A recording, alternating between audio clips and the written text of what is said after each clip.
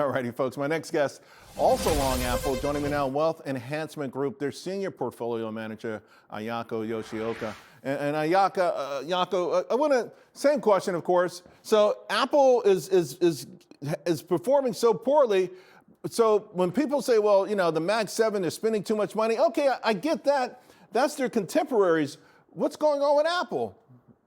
Sure. Hey, Charles. You know, when it comes to Apple, I think it's one of those solid names that Bob had just mentioned. They've got great products. Siri's going to potentially get an AI upgrade later this year. And I think there's reasons to own Apple. It's a little bit more CapEx light, right? A lot, especially compared to Amazon and Meta and some of the other hyperscalers here. And so I think investors can really lean into the fact that they're going to continue to generate solid free cash flow this year and next year. And so I think that's why people like this name. So one of the things another thing that's working here is value. In fact, I mean, you're looking at value outperforming growth like it hasn't done in so long. The question, of course, is what's value? In fact, I want to show the audience this. This is your top 10 names in the iShares S&P 500 value ETF. So Apple is number one, Amazon is number two. And here's the thing with Amazon, because I know this is a name that you've liked for a long time. Coming into the week, it's on a remarkable losing streak. Remarkable. What's going on there? Why is it getting hammered so much? Sure, Charles. You know, again, this goes back to all the CapEx guidance that a lot of these hyperscalers have talked about. They're spending quite a bit of money, I think $600 billion or a little bit over that for 2026 when you look at the top four hyperscalers combined.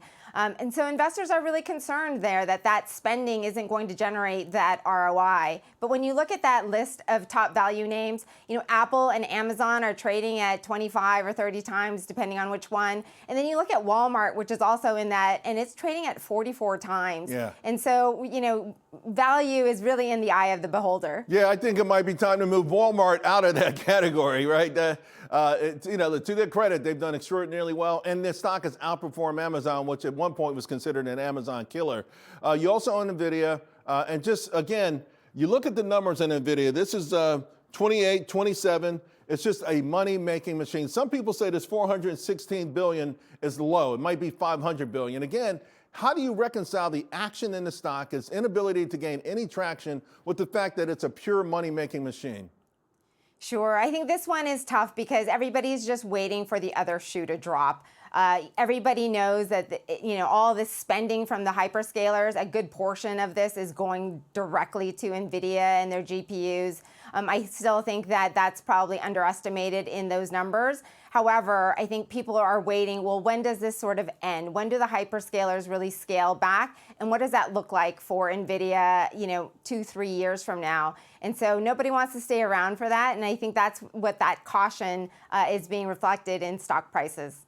And to be clear, though, you're okay. You're holding on. You're not afraid.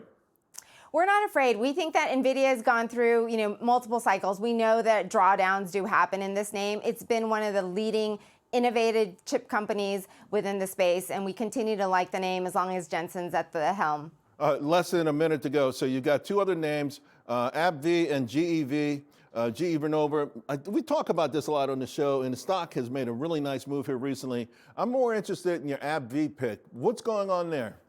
Sure. So AbbVie has been one of the names that we've liked for a long time. It had sort of this Humira patent cliff that they were able to navigate really well with their next generation drugs of Skyrizi and Rinvoq. And then they've got some great new drugs coming on in their neuroscience platform. And I think, you know, that's going to be in Parkinson's. That could be really strong. The aesthetics franchise has been a little bit soft, but we continue to like the fact that it's a diversified pharma franchise generating solid revenue growth, mid-single digit growth with visibility into 2030. All right, and the moral of the story, boys and girls, is to be balanced and look at the fundamentals that'll get you through these rough patches. Ayako, thank you very much. Appreciate it. Thanks, Charles. All right, see you soon.